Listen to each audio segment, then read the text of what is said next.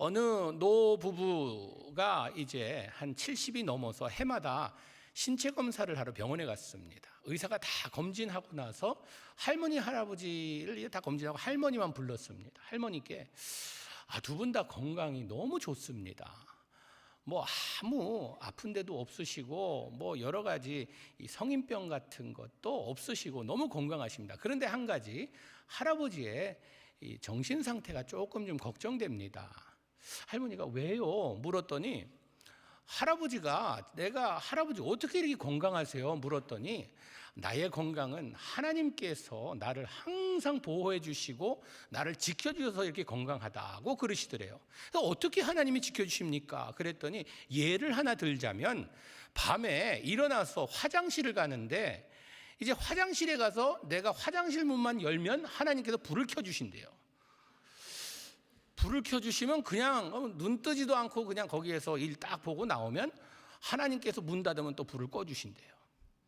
그때 할머니가 다리를 팍 치면서 냉장고에서 왜 찌린내가 나나 했더니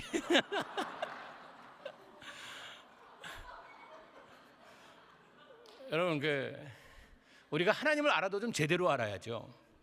엉뚱하게 알았다가 이 엉뚱한 곳에 우리가 머물게 될 수 있다는 것입니다.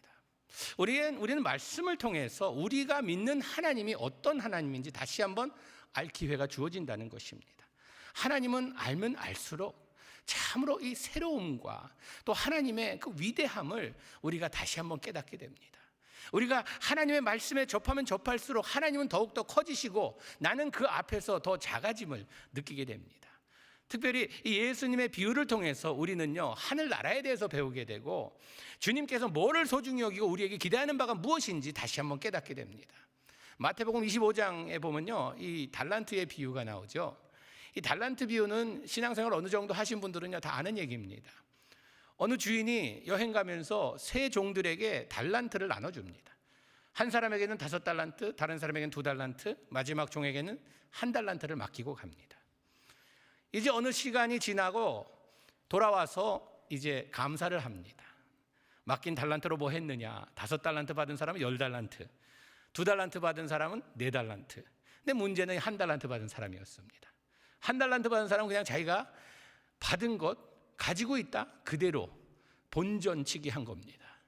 그런데 자기는 잘한다 생각했는데 아주 혼날 뿐만 아니라 그 장소에서 쫓겨납니다. 이를 갈았다고 이야기합니다. 인생의 후회 막심하게 이 마무리하는 이런 비극의 이야기입니다.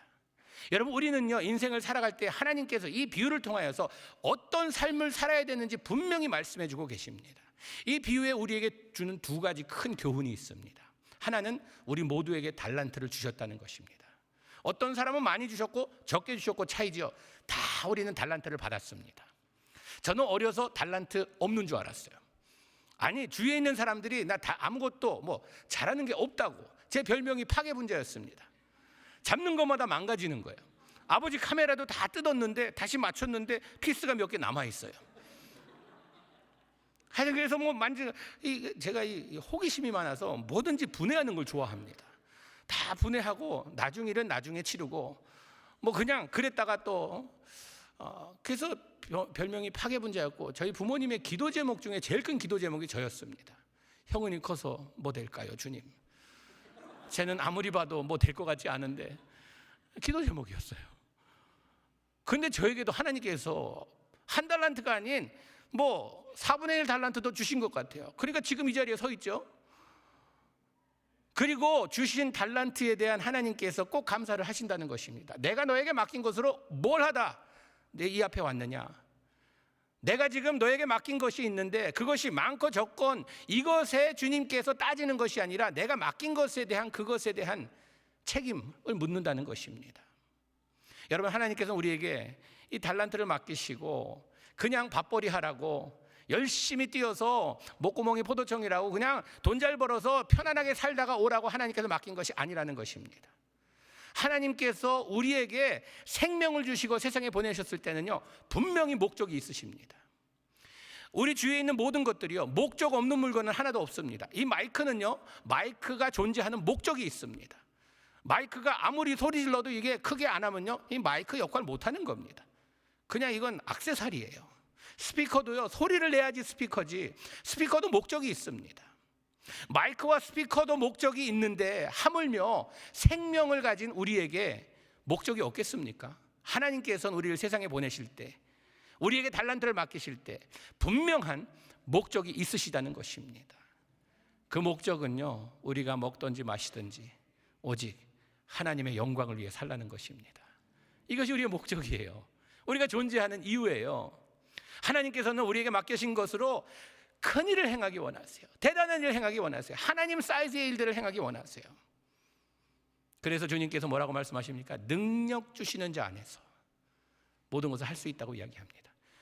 받은 달란트와 하나님의 능력이 함께 시너지를 이루면요, 큰 일을 할 수 있다는 것입니다. 내가 잘나서가 아니라 하나님의 달란트와 하나님의 능력이 함께 할 때. 제가 오늘 TV를 보는데요, 벼룩이 서커스를 한다 그러더라고요. 여러분, 벼룩 서커스 보셨습니까? 전 봤습니다. 벼룩이 서커스가, 여러분, 벼룩이, 젊은 분들은 벼룩이 못 보신 분들이 계실지 모르겠어요. 근데 어르신들은 다 알잖아요. 벼룩이의 달란트는요, 튀는 겁니다. 팍 튀면요, 보면 팍 튀면은 자기 몸의 수백 배를 뛰어요. 만약에 여러분과 제가 이 벼룩이의 다리를 가지고 있다면 엠파이어 스테이트 빌딩을 뛰어넘을 수 있는 능력이 있다고 합니다. 그만큼 잘 뛰어요. 그런데 서커스를 한대요. 아니, 벼룩이들이 어떻게 서커스를 하나? 다리를 부러뜨렸나? 아니면 실을 묶었나? 궁금하더라고요. 딱 나오는데 요만한 병에 가지고 나오는데 망원 렌즈로 보여주는데 살아서 움직이더라고요. 뚜껑 닫아서 나와요. 저 뚜껑 열면 튈 텐데 보니까 실로 묶지 않았어요. 보니까 다리를 움직여요. 부러뜨리지는 않은 것 같아요. 그 요만한 그 탁자에 놀이터를 만들어 놨더라고요. 미끄럼틀 놓고 시소 놓고 조그만 자전거 놓고. 그래서 핀셋으로 꺼내갖고 뚜껑을 열었는데 안 튀더라고요. 그 미끄럼틀에 놓으니까 그냥 다리 흔들면서 내려오는 거예요. 저 벼룩이들이 이상하네. 튀어야 되는데 저것들이 왜 넋이 빠졌나 아니면 뭐 약을 먹였나. 그게 궁금하더라고요. 어떻게 저렇게 가만히 있나. 시소에 놓으니까 오르락 내려가면서 그냥 튀지 않고 가만히 있는 거예요. 그 이제 그 훈련시킨 그 사람한테 묻더라고요. 어떻게 벼룩인 튀는데 왜 어떻게 훈련을 시켰냐 그랬더니 잡는 게 힘들지 잡고 나면 게임 오버래요. 목 낮은 이 병에 담아 놓으면요, 할 줄 아는 게 뛰는 거니까 그냥 팍 뛴대요. 팍 뛰는데 옛날 같으면 하늘이 높다 뛰었는데 이제는 뛰니까 뭐가 있어요? 뚜껑이 있어요. 거기 가서 머리를 콱 부딪히고 그냥 현기증이 나서 정신 차려 보니까 아픈 거예요. 먹는 거예요. 다시 한번 뛰어봅니다. 여러 번 뛴대요. 딱 부딪히고 여러 번 부딪히고 나서 여기 멍들고 저기 멍들고 하면서 작은 이 벼룩이 머리로 생각을 한대요. 왜 이러지? 옛날엔 괜찮았는데 요즘 이렇게 뛰니까 아프네. 뛰지 말아야 되나? 고민에 빠진대요. 그러다가 그 작은 벼룩이 마음에 결단을 내린대요. 그만 뛰자. 이젠 기어다니자. 그리고 벌벌 기어다닌대요. 다리를 잃은 게 아닙니다. 아직도 능력은 있어요. 그런데 그 능력 발휘를 포기한 거예요. 왜? 환경 때문에. 제가 그걸 보면서요, 와, 대단한 깨달음이 있었어요. 저게 크리스찬들의 모습이 아닌가.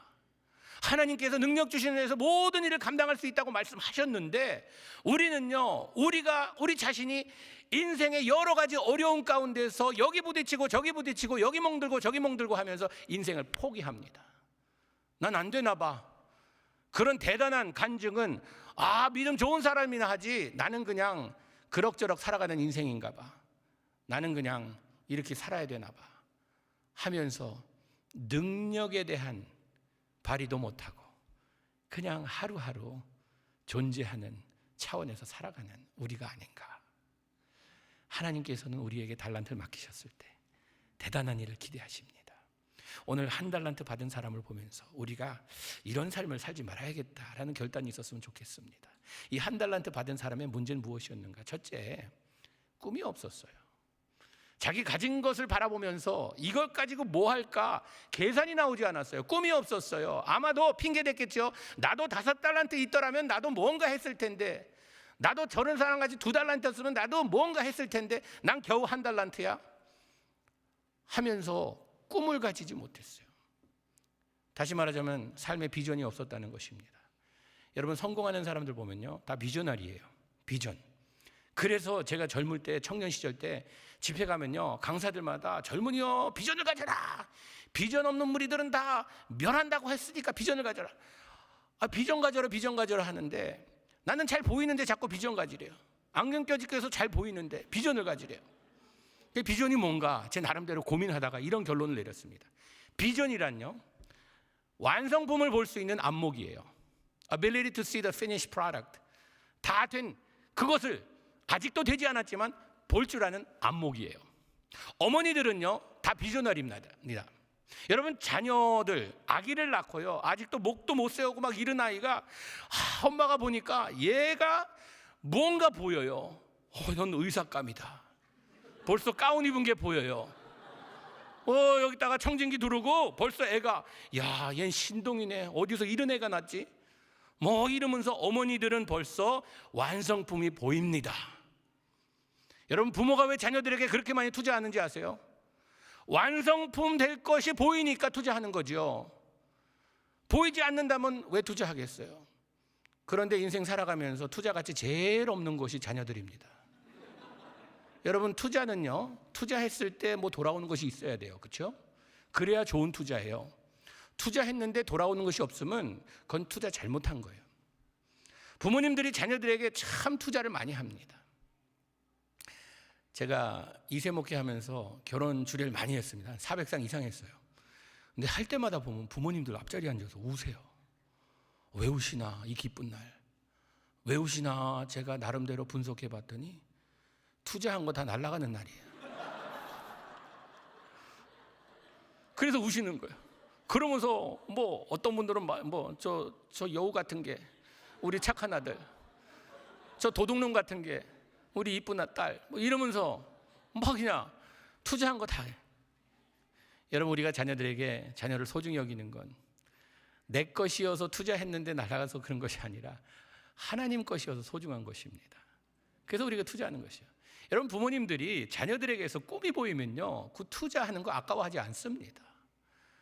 내 뼈를 깎아서라도 그 아픔을 극복하고라도 자녀들에게 어떻게 하면 좀 더 좋은 것을 줄까, 어떻게 하면 좀 더 좋은 교육을 시킬까. 그래서 이민 오셨잖아요. 이민자들에게 물어보면 10중 8구 자녀 교육을 위해서 내가 희생하더라도 미국 와서 그 수모와 수치를 당하더라도 자녀를 위해서 기쁨으로 하고 계시잖아요. 왜? 꿈이 보이니까. 신앙생활 하는 것도 마찬가지입니다. 하나님께서 나의 삶을 통하여서 무엇을 이루실지 그 그림이 보이기 시작하면요, 하나님께서 나의 삶을 통하여 어떠한 영광을 받으실지 보이기 시작하면요, 주님을 섬기는 거 그냥 억지로 죽지 못해 섬기는 것이 아닙니다. 기쁨으로 해요. 해도 또 하고 싶어요. 더 하고 싶어요. 이것이 꿈 가진 자의 특징입니다. 근데 한 달란트 받은 사람은요 꿈이 없었어요. 꿈이. 여러분 우리가 꿈이 보이면 거기에 돈 투자하는 거 아깝지 않습니다. 제가 그걸 저도 경험했는데요. 결혼한 지금 28년 됐는데 제 아내가 진짜 미스 코리아 이쁩니다. 와, 저는요 일찍부터 팔불출로 살기로 작정한 사람입니다. 그래야 노후에 행복하고 그래야 따뜻한 밥 먹는다 그래서. 근데 저는 아내가 좋아하는 것 해주려고 많이 노력합니다. 근데 아내가 쇼핑 갈 때 제가 따라가 줍니다. 여러분 남자가 여자 쇼핑 갈 때 따라가는 건요 순교 정신이 없으면 못합니다. 왜냐하면 남자 여자 쇼핑 개념이 틀려요. 남자와 여자와 쇼핑, 남자는 쇼핑 간다 그러면 왜 가는 목적이 있어요. 망치가 필요하다. 망치는 홈디포 가서 어디 가서 거기 아래 가면 거기서 망치를 잡아서 갖고 나와 돈 내면 나오면 그게 쇼핑이에요. 여자들은 쇼핑 간다 그럴 때 뭐 사러 가냐 그러면 I don't know. 아무 든 게 없어요. 근데 그럼 왜 쇼핑 가냐 그러면 윈도우 쇼핑 간대요. 우리 집에 창문들 망가진 거 없는데 무슨 윈도우 쇼핑 가냐고. 그런 아내를 따라 나서는 접니다. 노후를 위해서. 이제 갔는데요. 화장품 섹션을 지나가는데 전 제 아내가 너무 아름다워서 당신은 화장 안 한 얼굴이 이뻐. 항상 그럽니다. 근데 그 뒤에 숨겨진 메시지가 있어요. 화장품 사는 게 아까우니까 그냥 그 돈 쓰지 말라고. 진짜 신학적으로 분석해봐도요, 하나님께서 흙으로 우리를 만드셨는데 흙에다 찍어 발라봤자 얼마나 나아지겠어요. 흙에서 흙밖에 더 되겠어요. 근데 거기 지나가는데요, 카메라가 있고 모니터가 2개 있더라고요. 그러더니 아내 보러 오라 그러더니 사진을 탁 찍는 거예요. 딱 찍는데 왼쪽 모니터에는 아내 얼굴이 나오고 지금 얼굴이 한 2, 3초 지나니까 오른쪽에 아내 얼굴이 나오는데 뭐 주름살 다 빠지고 얼굴이 뽀얗고 한 15년은 젊어 보여요. 그러면서 하는 말이 지금 우리 새로 나온 이 화장품을 쓰면 6개월만 쓰면 이렇게 된대요. 완성품을 보여주더라고요. 그러면서 하는 말이 만약에 이렇게 안 되면 We give your money back. 돈 도로 환불해 주겠대요. 아내가 가재요. 저를 알거든요. 제가 얼마나 화장품에 짠 돈인 줄 알거든요. 가재요. 그래서 잠깐 기다리라고. 진짜 돈 머니백 하냐고. 준대요. 그 아내가 자꾸 가재요. 그래서 얼마냐니까 굉장히 비싸더라고요. 그런데 완성품을 보니까요, 그 돈이 아깝지 않더라고요. 그래서 아내가 왜 안 하던 짓 하네요, 저한테. 제가 그때 뭐라 그랬는지 아세요? 비전을 봤기 때문에 돈이 아깝지가 않은 거예요. 여러분, 우리가 하나님을 하면서 참으로 하나님께서 우리에게 원하는 그 일, 기뻐하시는 일을 하면서 하나님께서 우리에게 그려주시는 그림, 그 그림을 내가 한몫을 차지하기 위해서, 그 일을 위해서 내가 헌신하며 이럴 때에 하나님의 그림을 보기 시작하면요, 신납니다. 뭐 아깝고 이렇지 않아요. 여러분, 자녀들에게 좋은 거 먹이면서 아까워하십니까? 아이고, 내가 먹어야 되는데 제가 먹네 이러세요? 나는 못 먹더라도 먹이잖아요. 아이가 뭐 좋은 옷 입으면은 아이고, 내가 저 명품 살 돈으로 저거 옷 사줬는데 아유 아까워라. 안 그래요. 왜? 꿈이 보이니까 아깝지가 않은 거예요. 한 달란트 받은 사람은 꿈이 없었어요. 꿈이. 여러분, 우리는 꿈을 가져야 합니다. 성경에 보면요, 하나님의 일을 이루는 사람들은 다 꿈쟁이였어요. 하나님의 꿈을 꾸며 말도 안 되는 일. 이 노아가 하나님의 꿈을 가지고 방주를 만듭니다. 이 동네 조롱거리, 웃음거리 되면서도 하나님께서 보여주신 그림이 있기 때문에 그 그림대로 방주를 만들어 갑니다. 요셉이 하나님의 꿈을 꿉니다. 여러분, 하나님의 꿈을 꾸는 그 시간부터요, 우리 생각에는 하나님께서 나에게 꿈을 주시고 그 꿈을 이루기 위해서 모든 일을 평탄케 하시고 모든 일이 합력하여 선을 이루고 하나님께서 참 그냥 똑바른 길로 인도하신, 아닙니다. 하나님의 꿈을 꾼 사람들 보면요, 하나님께서 사망의 음침한 골짜기를 먼저 다니게 하세요. 그 길을 걷게 하세요. 요셉 보세요. 요셉이 꿈꾸고 나서 인생이 꼬이기 시작했습니다. 꿈꾸고 나서 형제들과 부모님께 이야기했더니, 아니 저 자식이 지금 무슨 얘기하는 거야? 우리 보러 뭐 자기한테 절한다고 그러고 뭐 저러네. 아이 저 뭐 저런 놈이 다 있어. 미워하기 시작합니다. 미워하다 못해 노예로 팔아먹습니다. 노예로 팔려가서 이 노예예요. 종이에요. 자유도 없고 그런 데서 열심히 일해서 보디발 장군 집에 매니저로 오릅니다. 매니저로 올랐는데 뭐 잘생기게 무슨 죄라고 미세스 보디발께서 와서 꼬십니다. 아 요셉 그러면서 꼬십니다. 장군의 와이프입니다. 그냥 뭐 민주적으로 생긴 아줌마가 아니세요. 그래도 갖출 거 갖춘 이런 노블 우먼이에요. 와서 꼬십니다. 그런데 요셉은요, 하나님의 사람입니다. 이걸 뿌리치고 도망가요. 도망가서 이제 자존심 상한 미세스 보디발께서 요셉을 감옥에 쳐넣습니다. 밑바닥 친 줄 알았는데 더 밑바닥으로 떨어지는 거예요. 하나님의 꿈이 이루어지기까지는요, 그 과정에 하나님의 사람으로 깎아가는 아픔이 있습니다. 그 아픔을 극복하지 못하면요, 하나님의 꿈을 이루는데 끝까지 못 이룹니다. 저도 하나님께서 왜 2세 목회 하다가 1세 목회 가게 하셨는가, 저에게도 꿈을 주셨어요. 2세 목회 20년 하면서 2세들이 자꾸 교회를 떠나갑니다. 지금 통계에 의하면요, 여러분 자녀들이 80에서 90%가 대학교 졸업하면 교회를 떠나갑니다. 자녀들을 위해 이민 왔고 자녀들을 위해 희생했는데 천국 백성으로 살기보단 지옥 백성으로 사는 이런 모습 가운데 부모님들이 눈물 뿌려가며 기도하는 그 기도, 그런데 그들이 자꾸 교회를 떠나가는 거예요. 왜 떠나가는가? 제가 교회 떠나간 사람들을 대상으로 좀 설문조사를 좀 해봤습니다. 해봤더니요, 한국 교회에서 하도 싸우고 치고받고, 부모님들의 신앙은 주일 신앙이고 주중에는 그냥 다른 사람들과 하나 다른 거 없고, 그러다 보니까 교회에서 실망, 부모님의 영성에 대한 실망, 이러면서 나는 그런 하나님 안 믿겠다 해서 교회를 다 떠나갔습니다. 하나님께서 그냥 저한테 하루는 이 말씀을 주시더라고요. 사사기 2장 10절 말씀이 한 열조가 하나님께로 돌아가고 이제 한 열조는 여호수아 시대입니다. 나와 나의 가정은 여호와만 섬기겠노라라고 선포한 여호수아의 시대가 하나님께로 돌아가고 죽었다는 말입니다. 그 다음 세대는 하나님을 알지도 못하고 하나님께서 이스라엘에게 행하신 일을 알지도 못하였더라. 사사시대가 시작됩니다.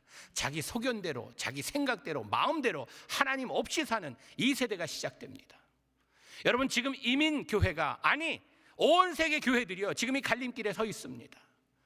교회가 다음 세대에 바톤을 넘겨줄 것이냐, 아니면 우리로서 그냥 고령화돼서 교회 문 닫고 끝날 것인가, 이런 갈림길에 서 있습니다. 하나님께서, 저 그때 영락교회 EM하고 있었거든요. 그래도 그 영락교회 EM은 참 잘 됐어요. 교인들이 그래도 많이 와줘서 주일날 출석이 한 1000여 명 되고 하니까 편했어요. 또 우리 부목사님들 팀이 참 좋아서 너무 편안히 이런 목회를 하고 있는데 하나님께서 마음에 부담을 주시는 거예요. 다음 세대 8, 90%가 죽고 있는데 너는 그냥 한 교회에서 그렇게 편하다고 여기서 머물고 있을래? 근데 나 뭐 하란 말입니까, 주님? 근데 하루는 TV를 보는데, 제 TV를 많이 보죠. TV 보는데 제가 좋아하는 프로그램 하나가 있습니다. 우리 아이가 달라졌어요. 이 프로그램 참 재밌더라고요. 보니까 이 문제아들, 어디 지옥에서 데려온 애들 같아요. 아주 못된 애들이에요. 뭐 엄마가 뭐라 그러면 엄마 얼굴에 침 뱉고 막 엄마 때리고, 뭐 쇼핑 갔다가 자기 원하는 거 안 주면은 뭐 땅바닥에서 그냥 막 뒹굴고 난리치고, 이런 애들, 문제아들을 데려다가 문제 해결 주는 거예요. 해결해 주는 그런 프로그램입니다. 전문가가 와서. 그런데 그 문제 아이를 고치는 그 실마리를 어디부터 시작하느냐? 부모가 바뀌니까 아이가 저절로 따라서 바뀌더라고요. 이렇게 반응할 때 이렇게 전에는 했는데 말을 바꾸십시오, 행동을 바꾸십시오. 엄마 아빠가 바뀌기 시작하니까 아이가 저절로 거기에 반응하면서 바뀌더라고요. 그거 보면서 와, 우리 앞서간 세대가 신앙생활 제대로 하면 다음 세대는 부모님 따라오게 돼 있구나라는 그런 확신이 생기더라고요. 근데 뭐 제가 일세 목회 하겠어요? 저는 영어가 더 편한 사람인데 10살 때 한국 떠나서 이민 생활 오래 하면서 영어 목회 20년 했는데 어떻게 한국 교회 가겠어요? 근데 하나님께서 그냥 강권적으로 등 떠밀려서 한국 교회 갔습니다. 저 시애틀에서 처음 청빙이 있었는데 전 일세 목회 안 합니다. 뉴저지에서도 있었어요. 저 일세 목회 안 합니다. 근데 그때 생각난 게 사무엘이 하나님께서 부르시는데 엘리 제사장한테 가서 불렀습니까 하다 마지막에 주여 내가 여기 있사옵나이다 한 거죠. 그런가 보다 해서 세 번째로 텍사스에서 전화가 와서, 그래서 전화 받고 청빙 받아서 교회 갔습니다. 첫 번이 일세 목회였어요. 빈내리 교회라고, 참 여기 지금 어디 집사님 내분 와 계시죠? 참 좋은 교회예요. 진짜 좋은 교회예요. 교인들이 얼마나 사랑스럽고요. 4년 동안 거기 있었는데 처음에 가서 한국말도 제대로 못했습니다. 뜨듬뜨듬거리고 영어로 원고 써갖고 사전 찾아가면서 한국말로 번역해갖고 설교 한번 하고 나면요 속옷까지 다 젖었어요. 얼마나 긴장하고 설교했는지. 그냥 원고 쳐다보면서 그냥 교인들 못 보고 그냥 이러면서 설교하면서, 근데 교인들이 기다려주고 참아주고 사랑해줬어요. 그 교회 제가 2세 목회하면서 느끼지 못한 걸 그 교회에서 느꼈습니다. 텍사스에 사시는 분들은 집이 싸서 거기서 집에 쓰시면서 뒷마당에 이렇게 농사하시는 분들이 많으세요. 근데 권사님 한 분이 하루는 신문지에 둘둘 말아갖고 갖고 온 거예요. 호박이더라고요. 큰 호박. 이게 뭐예요? 그랬더니 첫 열매래요. 농사하셔서 첫 열매 주의종께 드린다고 갖고 온 거예요. 와, 내 진짜 태어나서 주의종께 첫 열매 드린다고 갖고 온 거 처음 받아봤습니다. 이 세들은요, 나가서 같이 먹잖아요. 피자 먹으면 목사님 몇 조각 먹었냐고 물어봐요. 진짜 싸가지가 없어요. 싸가지도 않는데. 그래요.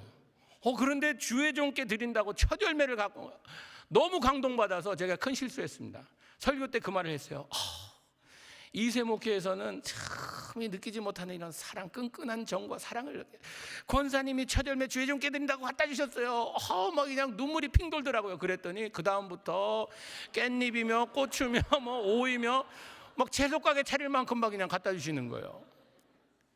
그렇게 많이 사랑받았어요. 근데 거기 4년 지나고 나니까 성령님께서 저에게 야, 너 편하려고 일세교회 왔냐? 대접받으려고 일세교회 왔냐? 너는 지금 혁명을 일으키려고 일세교회 왔어. 1세들에게 여러분 신앙생활 제대로 하지 않으면은 여러분 자녀들 다 지옥 갑니다. 그 메시지 외치라고 왔어.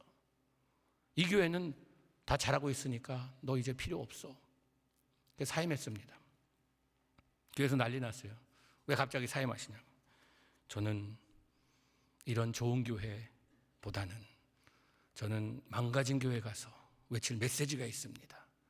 그랬더니 권사님 한 분이 목사님 지금부터 힘들게 해드릴 테니까 계시래요.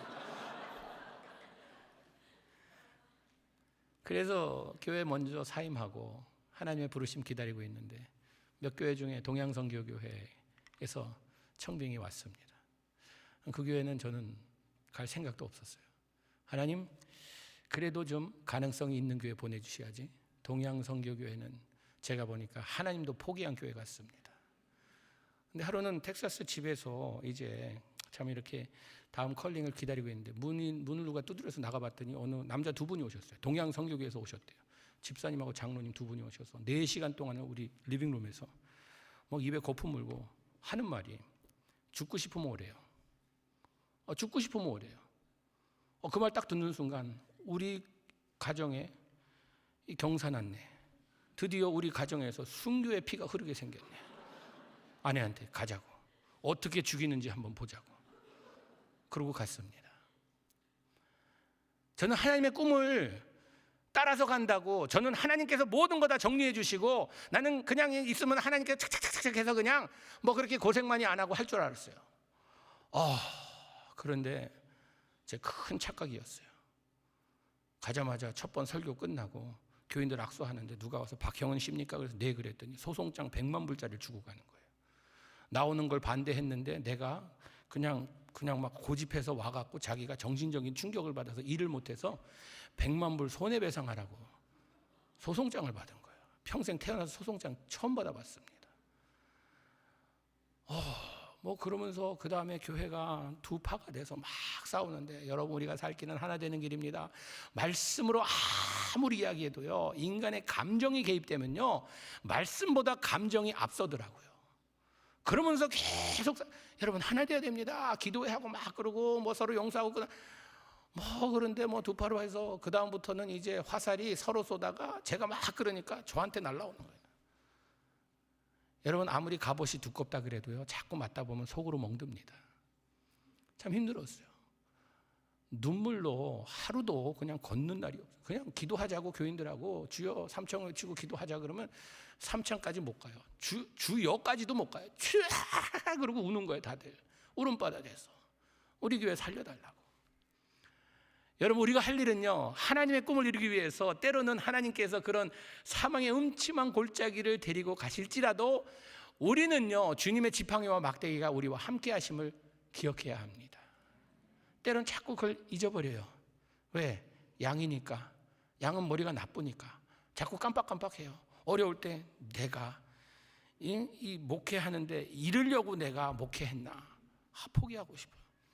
그 후로 제가 5번 소송당 하루는 교회 갔는데 교회 문이 잠겼어요. 철문이 잠겨요. 파킹장 문이 다 잠겼어요.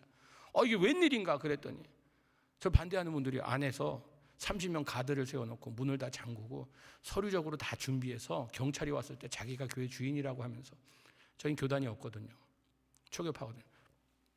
문 잠겨서 3주 동안 바깥에서 길가에서 예배드렸어요. 그런데 가자마자 2세들이 많이 모여왔어요. 제가 아무래도 2세 목회 출신이니까 진밥 하면은 그래도 사람들이 박형은 목사보다 진밥을 더 잘하기 때문에 진밥 목사 왔다 그래갖고 첫 번 그 이제 EM 예배, 영어 예배를 드렸는데 450명이 왔어요. 깜짝 놀랐어요. 그런데 몇 달 지난 다음에 막 교회 문이 잠기고 하니까 제일 먼저 떠난 사람들이 2세들입니다. 뭐 교인들이 난리 났어요. 쟤네들 다 가네요, 목사님. 어떡하죠? 주일날 왔다 다 그냥 돌아서 가는 거예요. 그래서요. 하나님께서 보여주신, 나에게 보여주신 그림이라고. 한 세대의 악함이 다음 세대를 죽인다는 거, 우리 파킹장에서 지금 보여지고 있다고.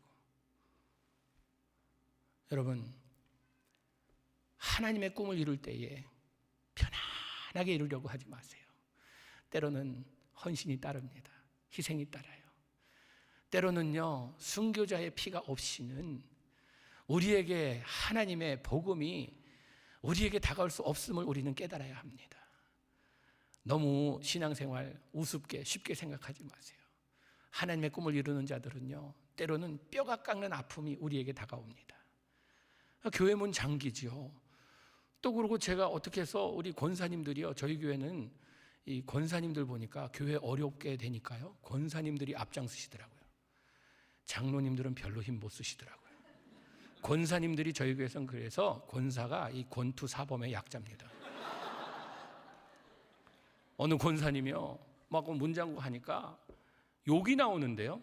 그 기도 열심히 하시고 그 온순하고 얌전하시던 권사님 입에서 욕이 나오는데 제 평생 들어보지 못한 욕들을 들었습니다. 와, 뭘로다가 뭐를 뭐 어떻게 한대느니 뭐 하면서 뭘로 갈아서 뭘 어떻게 한대. 와, 저하고 딱 권사님이 눈이 마주쳤어요. 그러니까 권사님이 미안하니까 목사님 죄송합니다 그러더니 이해하시지요? 그러더니 딱 돌았었더니 그분이 옛날 남대문 시장에서 한가닥 하신 분이래요, 권사님. 그래서 어떻게 본당에 들어갔는데 또 들어가니까 설교 못하게 하려고 앞에 30명 가드를 세웠어요. 그러기를 한 몇 달 하고. 그러고 나서 강대상에 올라왔는데 제 앞에 어느 할아버지 목사님이 서서 막 소리 지르면서 자기가 설교하는 거예요. 하여튼 엉망이었습니다. 뭐 제 방에서 도청기가 나오지 않나, 교회 사무실에서 샷건이 나오지 않나, 무시무시한 이런 일들이 계속 있었는데 하나님은요, 실수하지 않으시는 하나님이십니다. 우리는 그 실수하지 않는 하나님을 붙들고 믿고 끝까지 견디는 사람이어야 합니다. 강자가 이기는 게 아니라 인내하는 자가 이깁니다. 주님 붙들고 끝까지 인내하는 거예요. 때로는 교회 어려움이 있습니다. 고통이 있습니다. 위기가 찾아옵니다. 그러나 그때 우리가 할 일은요, 엎드려 기도하는 일입니다. 우리가 나서서 그냥 한판 해볼래? 이거 안 돼요. 그래서 소송하는 거 말씀에 거하면 돼요. 소송을 계속 걸어오는데 제가 그랬어요. 성경 말씀대로만 우리는 지키자고. 성경에 보니까 소송하지 말라 그랬다고. 방어는 해도 맞소송 안 합니다. 그래서 계속 소송이 오는데 5번 소송당했어요. 2번 해임당하고. 그런데 저는 그냥 자리 지켰어요. 그게 제 별명이 있습니다. 비듬 목사예요. 털어도 안 없어지는 비듬 목사.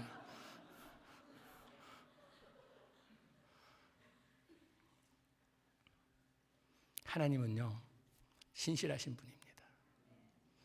하나님의 꿈을 이루실 때까지 여러분들 자리 지키시고 하나님의 꿈을 이루실 때까지 여러분 삶을 하나님께 드리는 이런 모습의 초대교회 교인들 되기를 축복합니다. 하나님의 꿈을 이루기 위해서는요, 우리가 작은 일에 충성해야 돼요. 성경의 비밀은 작은 데 있습니다. 너의 믿음이 겨자씨와 같은 믿음이 가졌다면 산을 옮길 만한 능력이 있다고 말씀하세요. 좁은 문으로 들어가세요. 들어가라 말씀하십니다. 좁은 길을 걸으래요. 어린아이와 같은 믿음을 가지래요. 소년의 오병이어를 가지고 많은 사람들을 먹입니다. 하나님은 작은 것에 감동하는 분이세요. 근데 우리의 문제는요, 하나님을 큰 것으로 감동시키려고 해요. 주님, 우리 교회 보세요. 얼마나 큽니까? 하나님 감동 안 하십니다. 잃어버린 한 마리의 양을 찾아 나서시는 주님의 마음이세요. 뭐 우리는요, 우리가 이렇게 큰 일을 했습니다. So what? 그러세요. 하나님은 작은 일에 충성하지 못하는 이 한 달란트 받은 사람, 자기가 받은 것이 너무 작았다 생각했는지 아무것도 안 했어요. 여러분, 우리는 작은 일에 충성한 여러분 되길 바랍니다. 큰일 하려고 그러지 마세요. 어떤 분들은 이 설교하면은 어르신들은 아이고 우리는 이제 능력도 없고 힘도 없고 뭐 가진 것도 없고 우리가 할 일 뭐 기도밖에 없는데요. 그냥 뭐 뭐라 그럽니다. 제가 기도밖에라니요. 기도를 뭘로 알고 기도밖에라 그러냐고. 기도는 하나님의 마음으로 움직이는 능력을 가지고 있다고. 기도 밖에가 아니라 여러분 기도의 용사가 많은 교회는요 든든한 교회입니다. 주님 앞에 엎드리는 사람이 없는 교회는요 언제 쓰러질지 모르는 모래 위에 세운 교회입니다. 여러분 언제든지 주님 앞에 나와 엎드려 기도하는 주의 성도들 되기를 주님의 이름으로 축복합니다. 작은 일 축복하면서 우리가 오늘 할 것 내일로 미루면 안 돼요. 오늘부터 시작해야 돼요. 하나님의 꿈은 내가 요것만 이뤄놓으면 하리라. 안 됩니다. 그거 이루고 나면 무슨 일 또 생겨요. 그거 끝나가면 무슨 일 또. 그러니까요 당장 해야 돼요. 부르심이 있다고 하면, 하나님의 그림이 보인다 하면 그 일에 내가 충성을 다해야 합니다. 여러분 우리의 사역지 시작은 어디인가? 나의 삶부터 시작합니다. 나의 마음이 예수 그리스도의 마음을 닮아가며, 그리고는 우리 가정이 예수 그리스도의 가정으로 올바로 서야 합니다.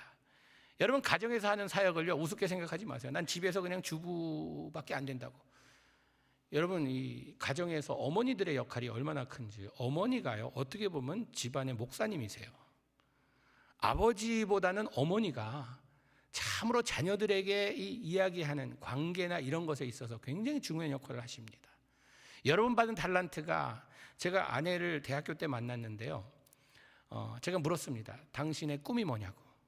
그랬더니 제 아내가 나는 결혼해서 좋은 아내와 좋은 엄마가 되는 것이 나의 꿈이래요. 그 친구들이 다 웃었어요. 너는 결혼하려고 대학교 왔구나. 그러니까 맞대요. 자기 디그리는 MRS래요. 미세스.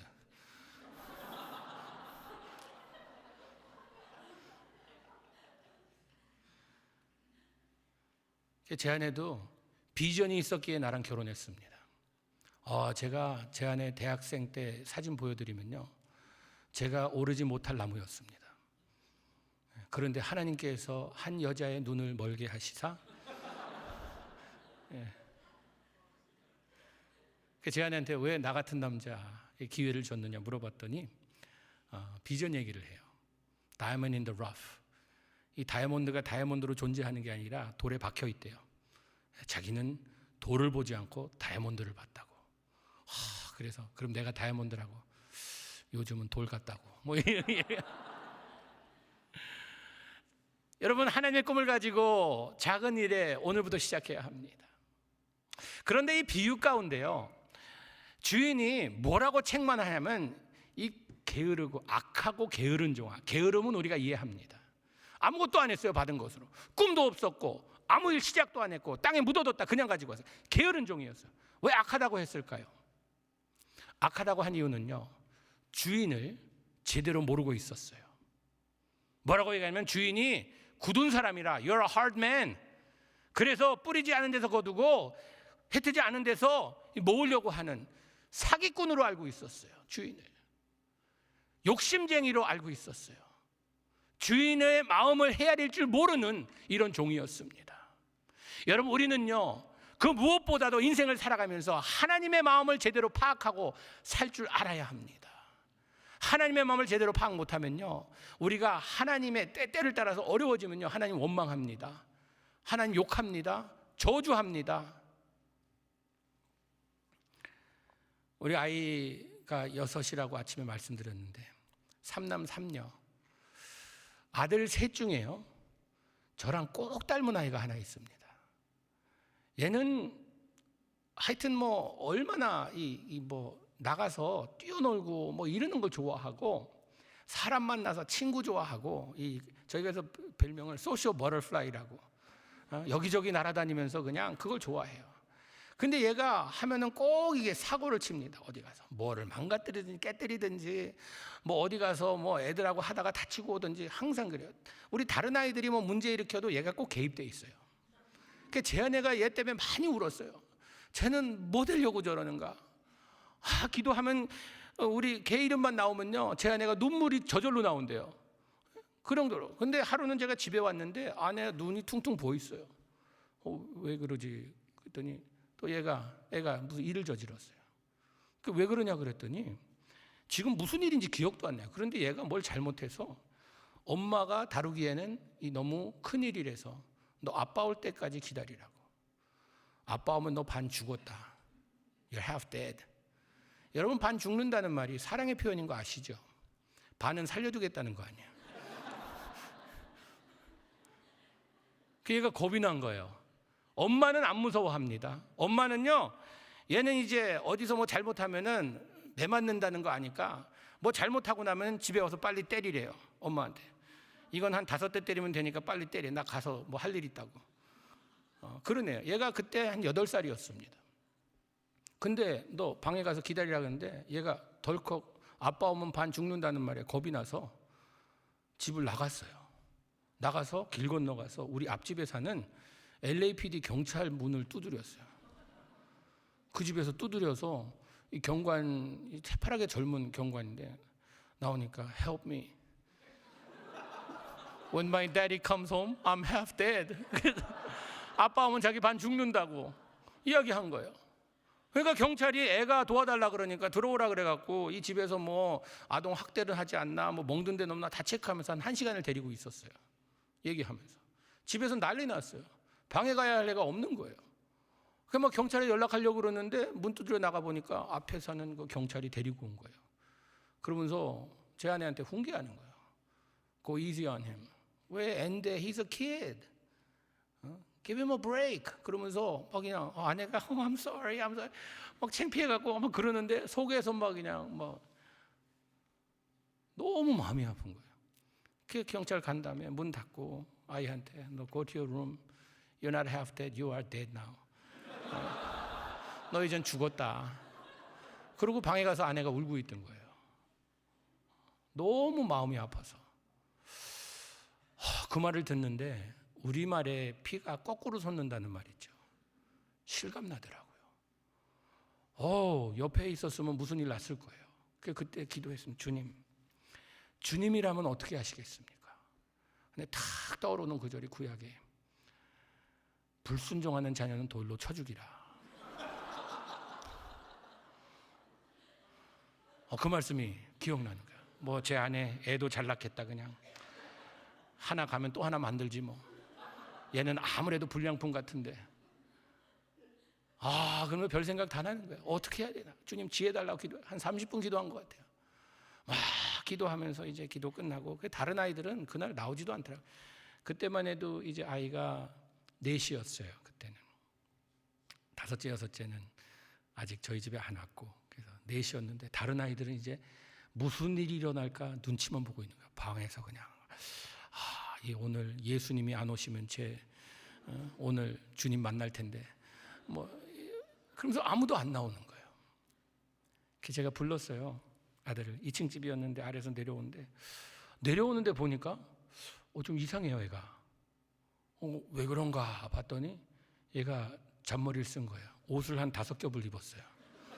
뚱뚱해갖고 여름이었는데 땀 뻘뻘 흘리면서 이렇게 내려오는 거예요. 맞아도 좀 쿠션이 있으라고. 죽어도 좀 천천히 죽으려고. 그러고 내려오는 거예요. 그게 저만치가 서 있는 거예요. 전 이쪽에 앉아 있는데 가까이 오라고. Come closer, come closer. 그랬더니 한 2인치씩 오는 거예요. 2인치씩. 조금씩. 제 앞에 와서 섰어요. 제가 손목을 딱 잡았어요. 손목을 잡았는데 얘가 떠는데요. 8살짜리 아이가 떠는데요. 제가 같이 떨리는 거예요. 막 이렇게. 벌벌 떠는 게 무서워서. 제가 우리 아들 끌어안았어요.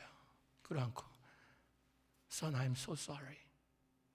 아빠가 너무 미안해. 내가 두려울 때 아빠한테 달려와야 되는데 무서울 때 다른 사람에게 달려가게 해서 아빠가 너무 미안하다. Will you forgive me? Please know my heart. 아빠 널 사랑해. 얼마나 사랑하냐 하면 아빠 생명보다 널 더 사랑해. 너 잘 되라고 때로는 아빠가 화내고 매도 들고 하지만 아빠의 마음은 내가 무서울 때 아빠한테 달려오기 원해.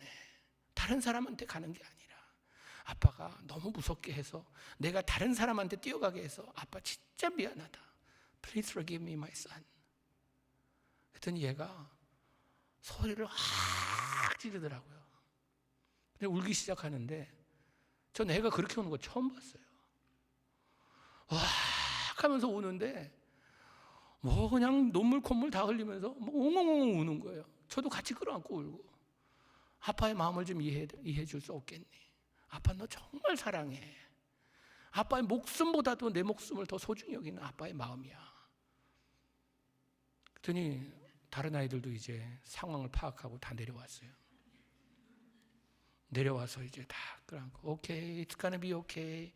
You're not gonna die today. 그러면서 서로 끌어안고 뭐 울면서 기도하면서 그날 참 우리 가정에 하나님의 회복의 영이 임했습니다. 그리고 몇 년 지났어요. 얘가 이제 초등학교 졸업하는데 하나씩 이제 그 단에 올라가서 자기 이름 대고 이 다음에 거기서 뭐 되겠다고 자기 이야기합니다. 근데 얘 차례가 왔어요. 자기 올라가더니 딱 자기 이름 대고 When I grow up, I want to be a pastor just like my daddy 그러는 거예요. 이 다음에 크면 자기는 아빠처럼 목사 되겠대요. 그 말 딱 듣는데 갑자기 제 머리에 그날 생각이 나는 거예요. 그날 내 홧김에 진짜 반 죽여놨으면 얘가 이 다음에 가서 난 아빠처럼 절대 목사 안 될래 그런 마음이 생겼을지 어떻게 알아요? 그런데 아빠의 마음을 알고 나니까 아빠처럼 되고 싶대요. 그 아이가 지금 시카고에서 직장 잡아서 일하고 있는데 제가 항상 너 그때 목사 된다 그랬지? I know.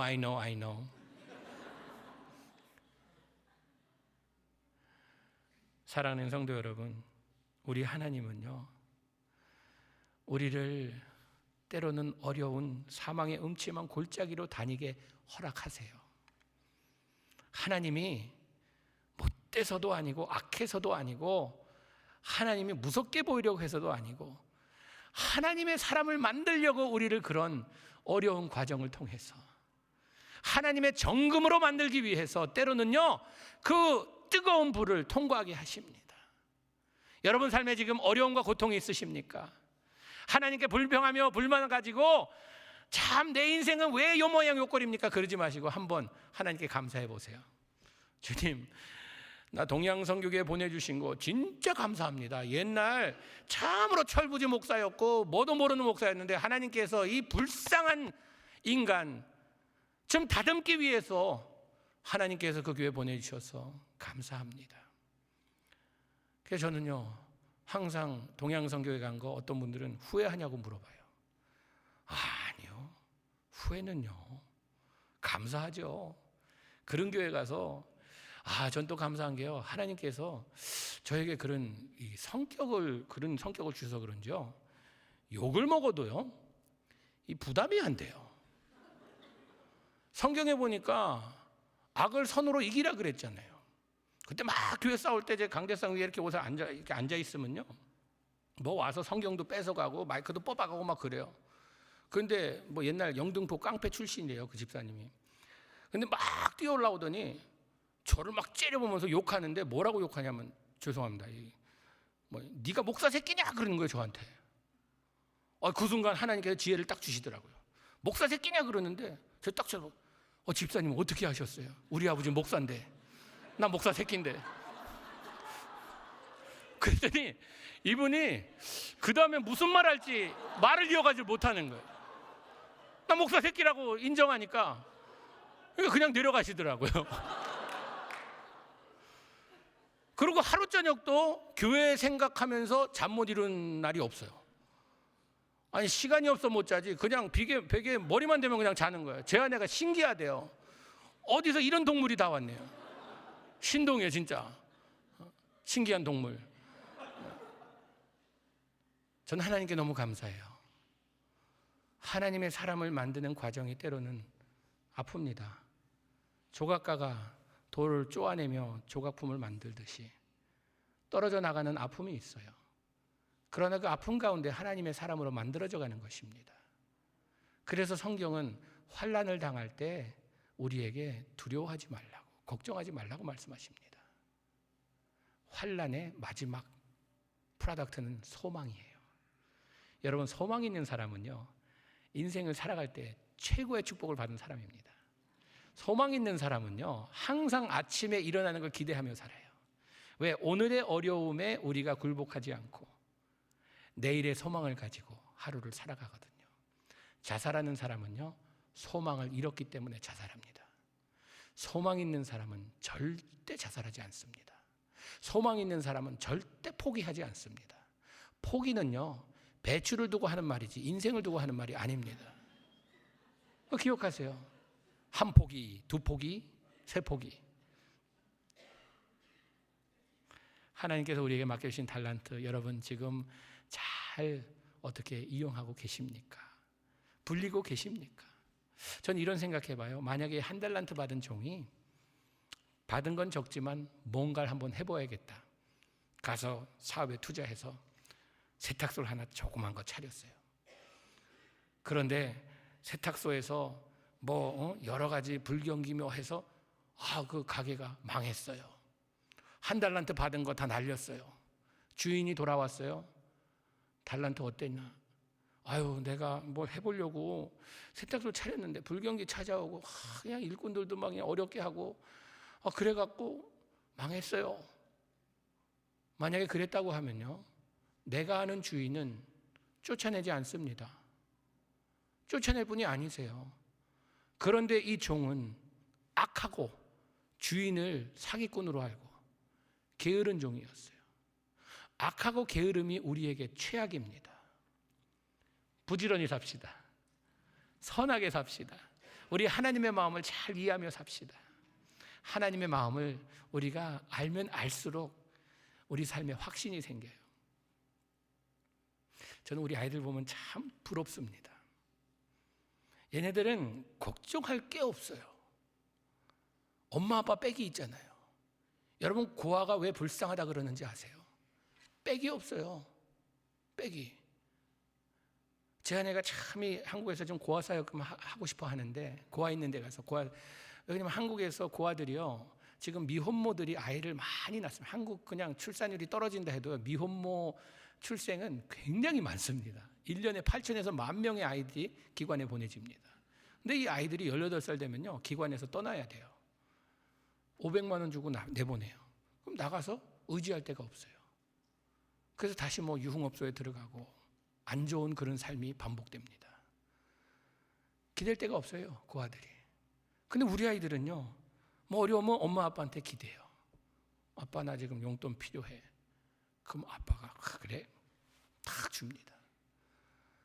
아빠 나 지금 신발 하나 새 거 사야 돼. 그래? 사줍니다. 얘네들은 그냥 아빠한테 요청만 하면 돼요.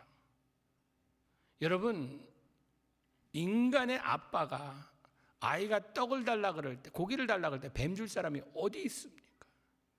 떡을 달라는데 돌 줄 사람이 어디 있습니까? 인간의 아버지도 사랑하는 자녀들에게 좋은 걸 주기 원하는데, 우리를 창조하신 하나님 아버지께서는 우리가 간구할 때에 우리에게 악한 거 아주 험한 걸 주시겠습니까? 우리 하나님 진짜 좋은 분입니다. 믿으시면 아멘 하세요. 우리 하나님 진짜 좋은 분이세요. 제가 이런 어려운 이런 길을 이렇게 쭉 걸어오면서 보니까 하나님 절대로 실수 안 하십니다. 실수하는 것 같이 한번 보이는데요, 지나고 나서 뒤돌아보면 실수가 아니라 축복이에요. 뭐가 안 됐다, 내가 계획한 대로 안 됐다, 여러분 슬퍼하지 마세요. 왜냐하면 하나님은 더 큰 일을 계획하고 계십니다. 이 이야기만 하고 마치겠습니다. 저희 형님이 1년 5개월 하루 저보다 먼저 나신 형님이 계십니다. 제가 아침에 이야기했는지 모르지만 항상 형님에 대한 제 불만이 뭐였냐 하면, 가정이 넉넉하지 않으니까 저는 항상 형님이 입던 옷을 받아 입었습니다. 그래서 새 옷을 못 입어봤어요. 그래서 안 되겠다, 나도 새 옷을 입어야겠다. 방법이 형보다 더 커지는 수밖에 없겠더라고요. 열심히 먹었습니다. 형 한 그릇 먹을 때 2그릇, 3그릇 먹고, 열심히 그냥 몸에 안 좋다는 거 자꾸 먹고, 라면은 다 먹고, 이 라면을 먹으면요 이게 몸이 뿐다 그러더라고요. 그리고 저는 하도 라면을 많이 먹어서 이 다음에 죽어도 예수님 올 때까지 썩지 않을 것 같아요. 방부제가 많이 들어가서 다 그냥 이러고 있을 것 같아요. 그래서 형보다 커졌어요.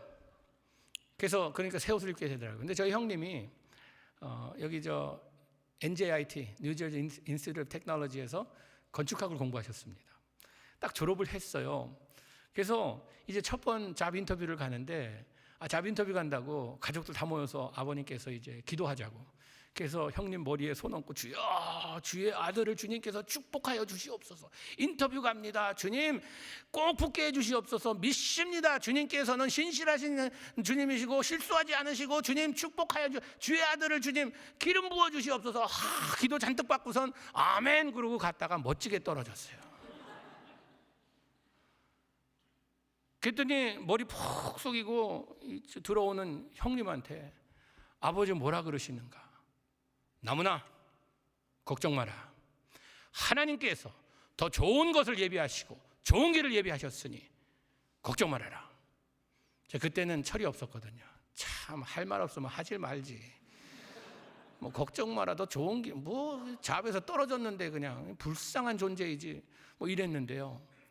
진짜 하나님은요, 우리가 가려고 하는 길을 때로는 막으시는 이유가 있으시더라고요.